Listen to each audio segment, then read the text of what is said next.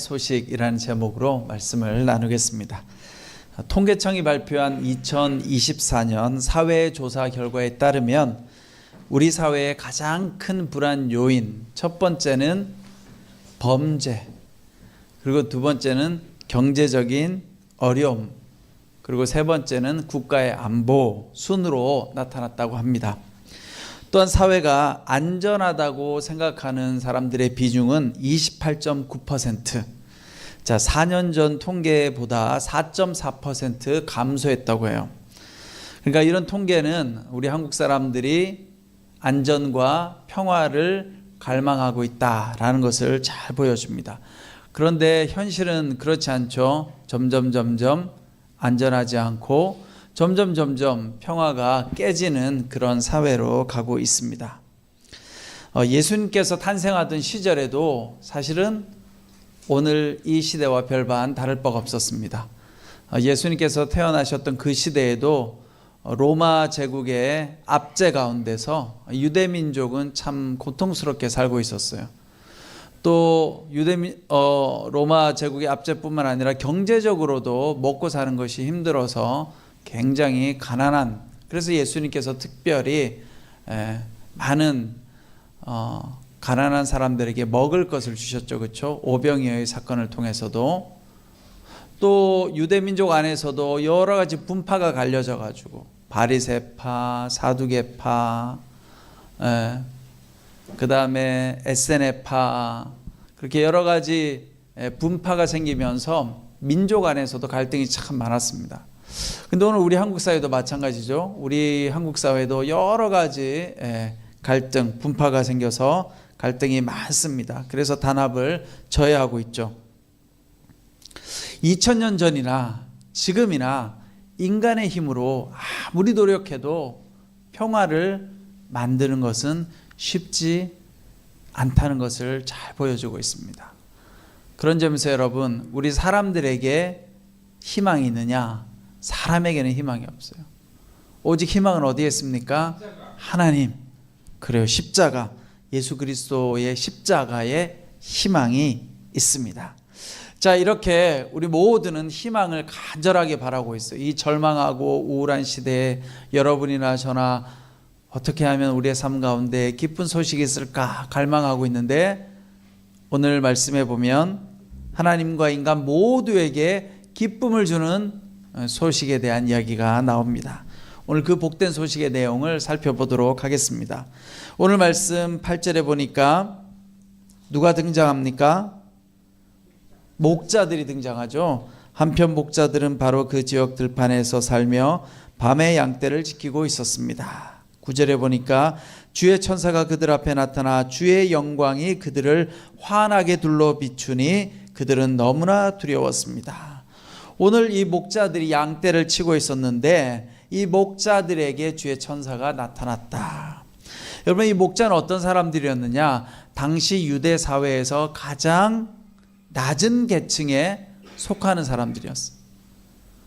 여러 가지 직업들이 있는데 그 많은 직업들 중에 이 목자라고 하는 직업은 사람들이 볼 때 별로 그렇게 존경스럽지 못한 직업이었어요. 이 목자들은 양을 치다 보니까 성전 예배도 제대로 드릴 수 없었겠죠. 또 목자들은 양을 치다 보니까 양을 데리고 다니다 보면 정결하지 못한 여러 가지 부정한 물건과 접촉할 수도 있고, 그러다 보니까 종교적으로도 이 목자들은 부정한 자로 여김을 받을 가능성도 많았습니다. 또 경제적으로는 가난했고 사회적으로는 존중받지 못하는 위치에 있었습니다. 그런데 성경에는 아기 예수님의 이 땅에 태어나시는 그 기쁜 소식을 누구에게 가장 지금 전달했느냐? 목자에게 전달했다. 목자. 그 당시 사회의 가장 가난한 사람들. 자, 이런 점에서 하나님의 은혜는 모든 사람들에게 주어질 뿐만 아니라 가장 낮고 천한, 연약한 사람들에게 하나님의 은혜가 주어진다라는 것입니다. 여러분, 우리가 보통 이렇게 생각하잖아요. 하나님의 사랑은 공평하다. 맞아요, 여러분? 아니에요? 하나님의 사랑은 공평해요, 맞죠? 근데 또 아닌 것 같아. 왜 아닌 줄 아세요, 여러분? 하나님의 사랑은요, 하나님의 사랑을 더 필요로 하는 사람에게 더 많이 주세요. 그런데 하나님의 사랑을 더 필요로 하는 사람이 누구냐? 이 세상에서 가장 약한 자들, 힘든 자들, 어려운 자들에게 하나님의 사랑이 더 많이 주어진다라는 거예요.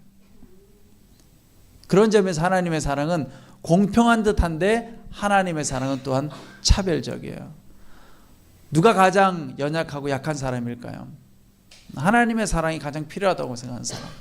어쩌면 우리 한마음도 마찬가지죠, 그렇죠? 여기 계신 분들이 세상에서 여러분들이 강하고 잘나고 부유하고 이렇지는 않잖아요, 그렇죠?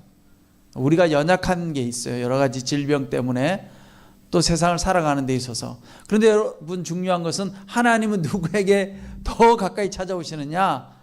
약하고 힘없는 자에게, 오늘 목자들에게 찾아오신 것처럼 가장 낮은 당시에 직업군에 속했던 목자들에게 찾아오셨다는 거예요.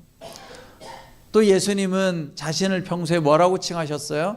나는 선한 목자다. 그렇죠? 목자를 좋아하셨어요. 양을 치고 돌보는, 사람들을 돌보는 그 목자가 되기를 예수님께서 원하셨습니다. 자, 이 목자들에게 전해진 소식은 복음이 어떤 것인지를 잘 보여주고 있어요. 복음은 누구에게나 전해지고 또 하나님의 은혜를 잘 나타냅니다. 여러분, 하나님 나라는 인간의 계층이나 자격이 아니라 전적으로 하나님의 사랑으로 주어지는 것이 바로 하나님 나라입니다. 그래서 사도 바울은 로마서 1장 16절에서 이렇게 말씀합니다. 복음은 모든 믿는 자에게 구원을 주시는 하나님의 능력이다. 복음은 누구에게 주어져요? 모든 믿는 자에게 주어지는 하나님의 능력이다. 복음은 하나님을 믿는 모든 사람들에게 주어진다는 거예요. 하나님 앞에서 여러분, 우리가 살아갈 때 어떤 생각을 많이 해요? 나는 자격이 없어. 나는 초라해. 나는 볼품이 없어. 나는 약해. 이런 내 모습을 하나님께서 사랑하실까? 여러분, 이렇게 생각할 때가 많잖아요. 그런데 그렇지 않다는 거예요. 하나님의 사랑은 무조건적인 그냥 은혜로 주어지는 사랑이에요.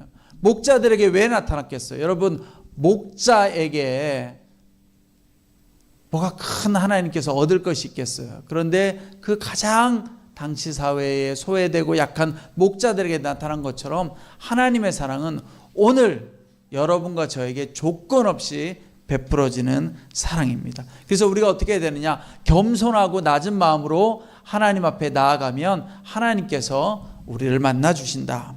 오늘 천사는 목자들에게 이야기합니다. 두려워하지 말라, 무서워하지 말라, 이렇게 이야기합니다.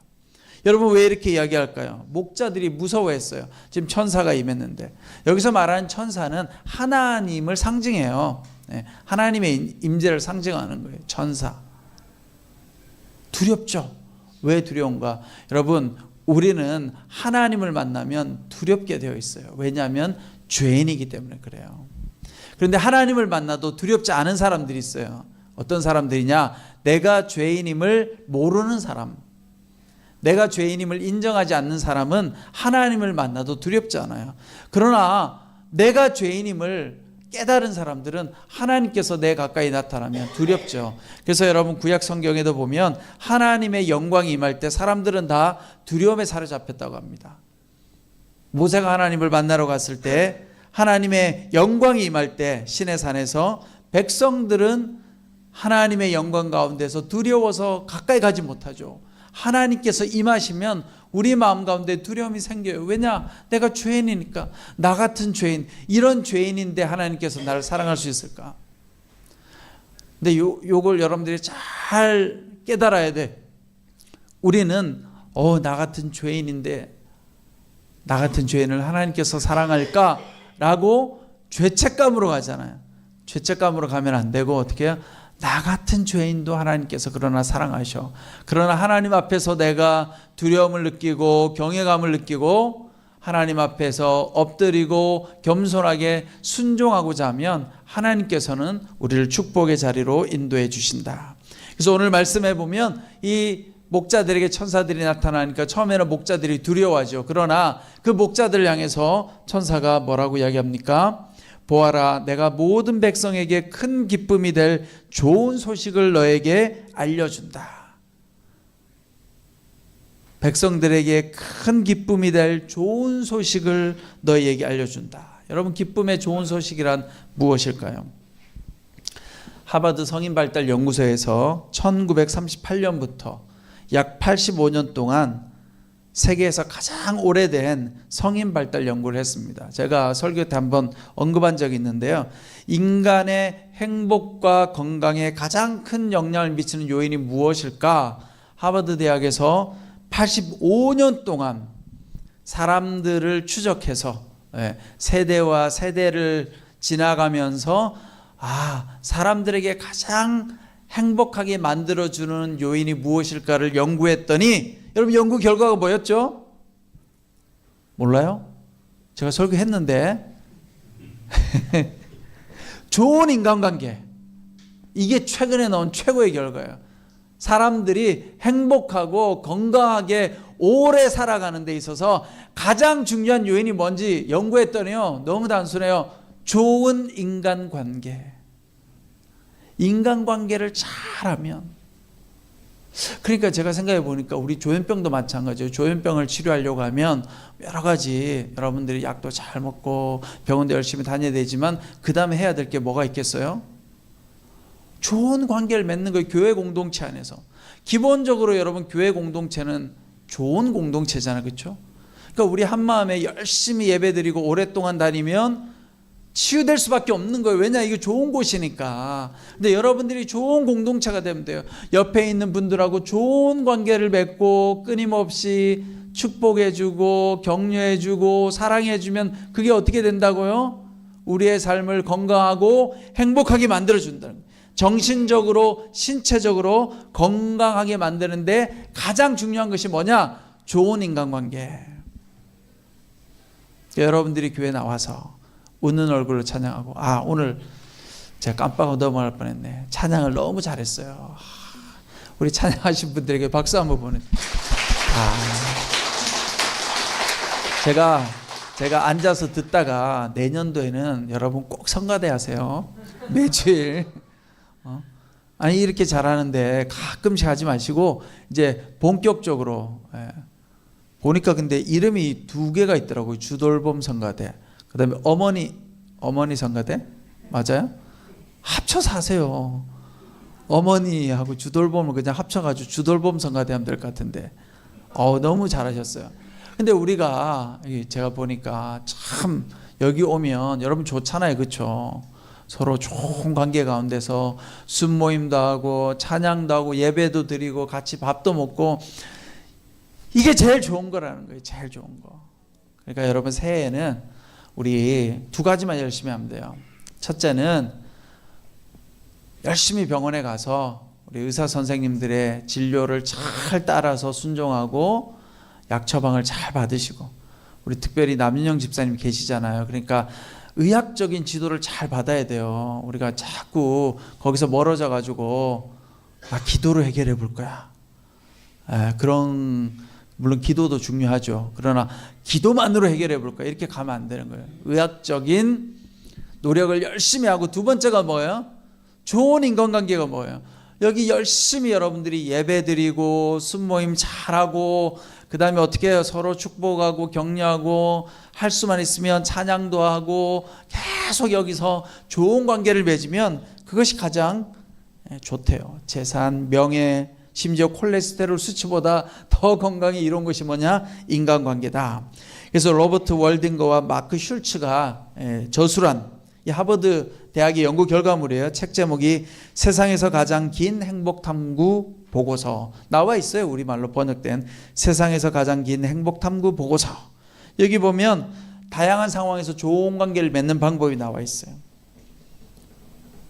별게 없어요. 좋은 관계 맺으려면 어떻게 해야 돼요?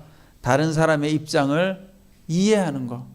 항상 다른 사람의 입장을 존중하는 것. 2번째는 자기 자신을 돌아보는 것. 나를 돌아보지 않으면 내가 지금 잘하고 있는지 못하고 있는지 알 수가 없죠. 그렇죠? 나를 돌아보는 게 뭐예요? 큐티하는 거예요. 큐티하는 거. 응? 큐티하는 거. 여러분들이 큐티하면 어떻게 돼요? 하나님 말씀을 비춰보면 내가 오늘 잘한 것만 있는 것이 아니라 낮에 누군가를 향해서 사랑의 언어를 뱉지 못하고 미움의 말을 뱉었구나. 하나님, 내가 그런 모습에서 돌이키게 해주십시오. 이게 나를 돌아보는 거죠. 그리고 주변 사람들하고 따뜻하고 긍정적인 대화를 하는 거예요. 그렇게 하면 좋은 관계를 유지할 수 있는데, 자, 여러분, 이 좋은 인간관계가 왜 필요하냐?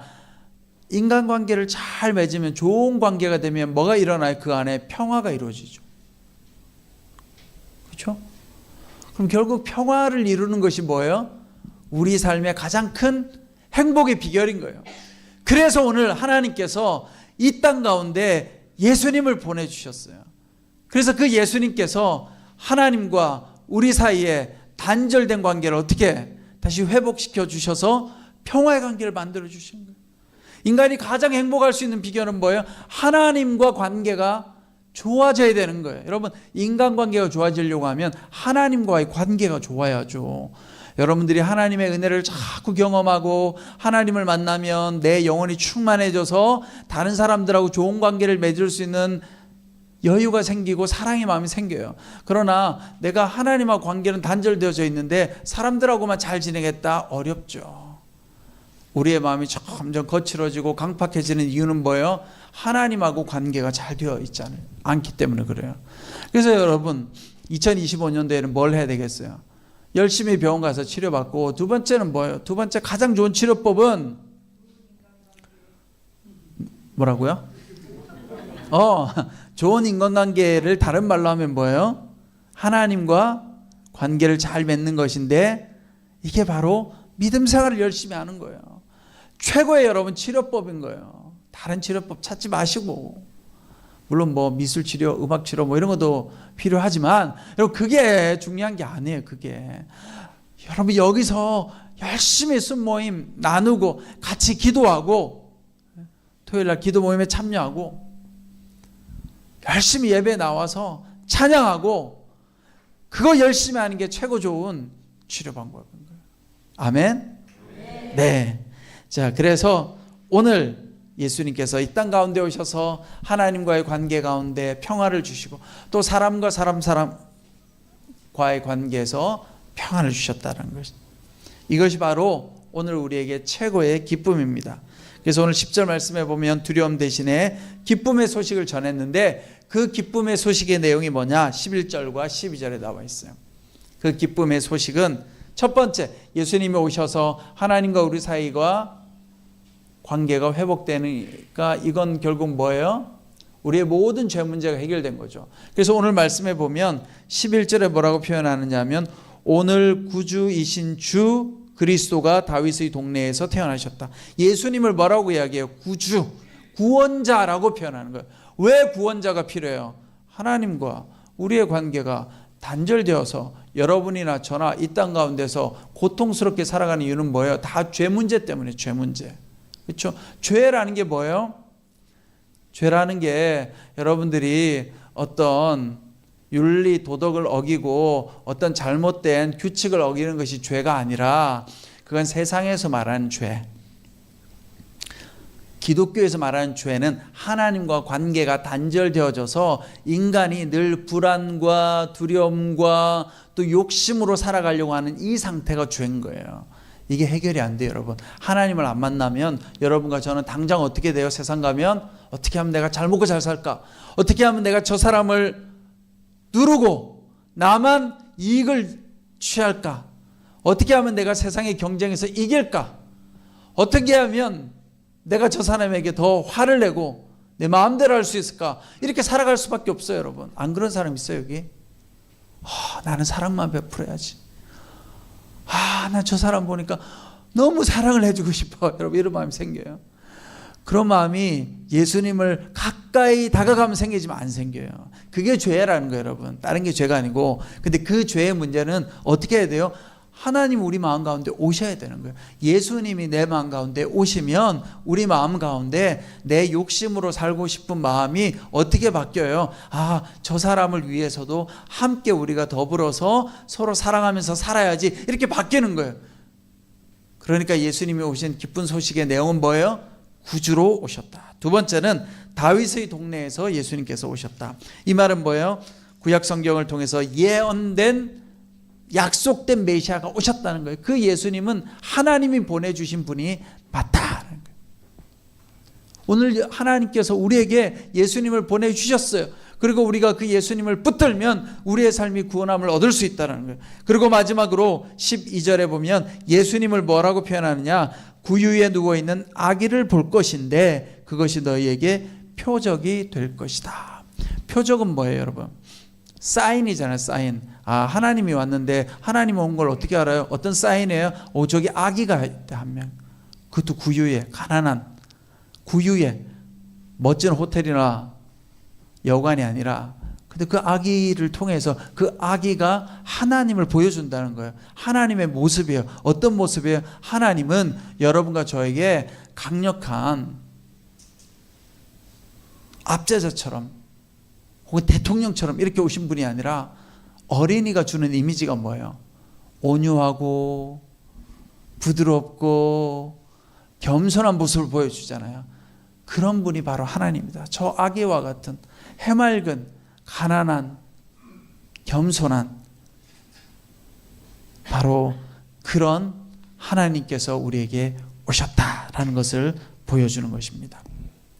여러분, 이 예수님의 탄생 사건은 하나님의 구속 계획이 성취된 것을 우리에게 보여주는 사건입니다.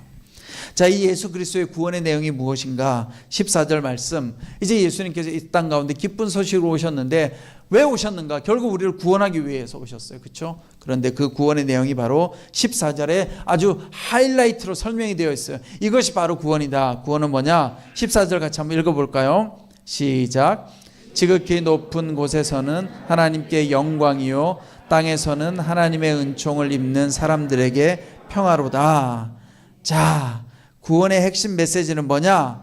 하나님께 영광이 되는 거예요. 왜 영광이 돼요? 여러분, 영광은 뭐예요? 그분을 이렇게 드러나게 하는 거잖아요. 예수 그리스도의 모습을 통해서 사람들은 하나님을 보는 거예요. 와, 저분은 정말 하나님이 맞아. 왜냐? 예수님이 이 땅 가운데 오셔서 그 당시에 가장 손가락질 받고 차별당했던 세리와 죄인들과 창기들과 함께 만나 주셨거든요. 같이 밥을 먹어주고 차별 없이 편견 없이, 그리고 병든 자를 고쳐주고 귀신을 떠나가게 만들고 먹을 것을 주는 그 예수 그리스도의 모습 속에서 아, 저분이 하나님이구나, 하나님의 영광이 드러난 거예요. 또 하나는 뭐예요? 이 땅 가운데 평화가 이루어진다는 거예요. 하나님의 구원은 무엇인가? 오늘 이 땅에 평화가 이루어지는 것이 구원이에요. 그래서 우리가 기도해야 되겠죠, 그렇죠? 대한민국을 위해서 이 땅 가운데 폭력과 무력적인 것이 사라지도록, 대통령이 폭력을 행사해 국민들 향해서 폭력이 사라지도록, 남과 북이 여전히 대치하고 있잖아요, 그렇죠? 폭력이 사라지도록 하나님께서 임하면 폭력이 사라져야 돼요. 평화가 이루어져야 돼요. 우리는 기도해야 돼요. 주님, 이 성탄절에 오신 주님, 이 땅 가운데 평화가 이루어지게. 여러분, 어떤 것이라도요, 평화를 깨는 것은 정당화될 수 없어요.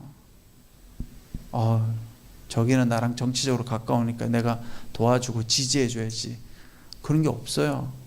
평화를 깨는 것은 하나님의 방법이 아니에요. 우리는 기도해야 돼요. 이 땅 가운데 평화가 이루어지도록. 2차 세계대전 중에 이런 일이 있었다고 합니다. 여러분, 이 스토리를 들어본 분들도 있을 수 있는데 1914년도에 2차 세계대전 중이에요. 2차 세계대전이 누구하고 싸워요? 독일하고 연합군하고 싸우죠. 그렇죠? 네. 그래서 이제 전쟁을 하고 있는데 어떤 참호에서 일어난 사건이에요. 서로 이렇게 대치 중에 있는 거죠. 이제 총을 겨누고. 이 당시만 하더라도 전쟁을 아날로그식으로 했죠. 그렇죠? 이렇게 총 쏘는 전쟁.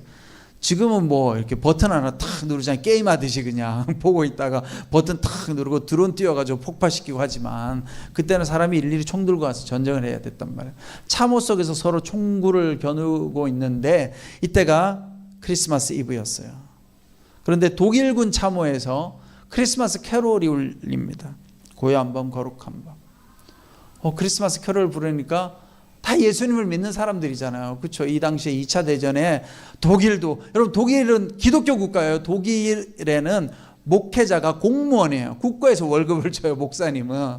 완전 기독교 국가예요. 연합군들 미국, 영국, 프랑스 다 기독교 국가잖아요. 그렇죠? 그래서 전쟁하다가 24일 날 저녁에 독일군 참호 속에서 크리스마스 캐롤을 부릅니다. 이 캐롤 소리가 울려나니까 여기 서로 또 반대쪽에 있던 연합군에서도 같이 그 캐롤을 부르기 시작한 거예요. 서로 언어는 다르지만 우리가 다 알잖아요. 캐롤을. 그렇죠? 고요한 밤 거룩한 밤 왔다 갔다 하기 시작하는 거예요. 그러다가 이 사람들이 하나님의 평화가 임한 거죠. 그러니까요, 총 들고 서로 죽여야 되는데 총 내려놓고 다 일어나서 나와가지고 서로 인사를 나누고 서로 선물을 나누고 심지어 축구 게임도 하고 그렇게 하루를 보냈다고요. 짧은 시간이지만 크리스마스의 휴전이 임한 거죠. 예수 그리스도의 탄생의 소식이 평화와 화해의 힘을 보여준 것입니다. 여러분, 이 세상은 단 한 번도 평화로운 시절이 없어요. 끊임없이 인류 역사는요, 전쟁의 역사예요. 미움과 증오와 전쟁과 다툼의 역사예요. 왜요? 인간이 죄인이니까. 이게 죄인 거야. 한국도 지금 마찬가지잖아요. 끊임없이 다투고 싸우고 가고 있지만 그 가운데 뭐가 임해요? 하나님 나라가 임하는 거예요. 누구에 의해서? 여러분과 저에 의해서. 하나님을 믿는 자들에 의해서. 예수님을 믿는 자들에 의해서. 우리가 예수님을 고백할 때는 싸우다가도 어떻게 될 수 있어요? 하나가 될 수 있는 거예요. 끊임없이 우리는 이 땅 가운데 하나님 나라를 만들어 가야 돼요. 예수 그리스도를 통해서. 예수님 아니면 하나 될 방법이 없어요, 여러분. 생각이 다 달라요. 그렇죠? 이념이 다 달라요. 딱 하나 통일될 수 있는 거 뭐예요? 예수 그리스도가 나의 구원자다. 그럴 때 우리는 하나가 될 수 있죠. 여러분, 성탄절은 단순한 기념일이 아니라 하나님께서 여러분과 저를 사랑하셔서 이 땅에 오신 날입니다. 그리고 우리를 구원하기 위해 오셨어요. 그래서 우리가 어떻게 고백해야 되느냐? 이 세 가지 다 아는 거지만 첫 번째, 예수님을 나의 구원자로 모셔야 됩니다. 여러분, 예수님은 여러분들을 구원하기 위해 오셨어요. 여러분들이 예수 그리스도를 받아들여야 돼요. 주님, 내 삶을 구원해 주세요. 여러분들 삶에 다 어려움들 있잖아요. 그렇죠? 기도하세요. 오늘부터 하나님, 내 삶의 이 부분을 구원해 주십시오. 주님의 구원의 손길이 필요합니다. 또 두 번째는 뭐예요? 예수님께서 아낌없이 베푸셨던 사랑을 나눌 수 있어야 되겠죠. 주변의 이웃들에게 예수 그리스도의 사랑의 마음으로. 근데요, 그 사랑은 멀리 안 가도 돼요. 여기 안에서 나눠도 돼요. 가장 가까운 데서. 우리 순원들, 우리 가족들, 뭐 거창하게 여러분 이웃까지 뭐가 가겠어요.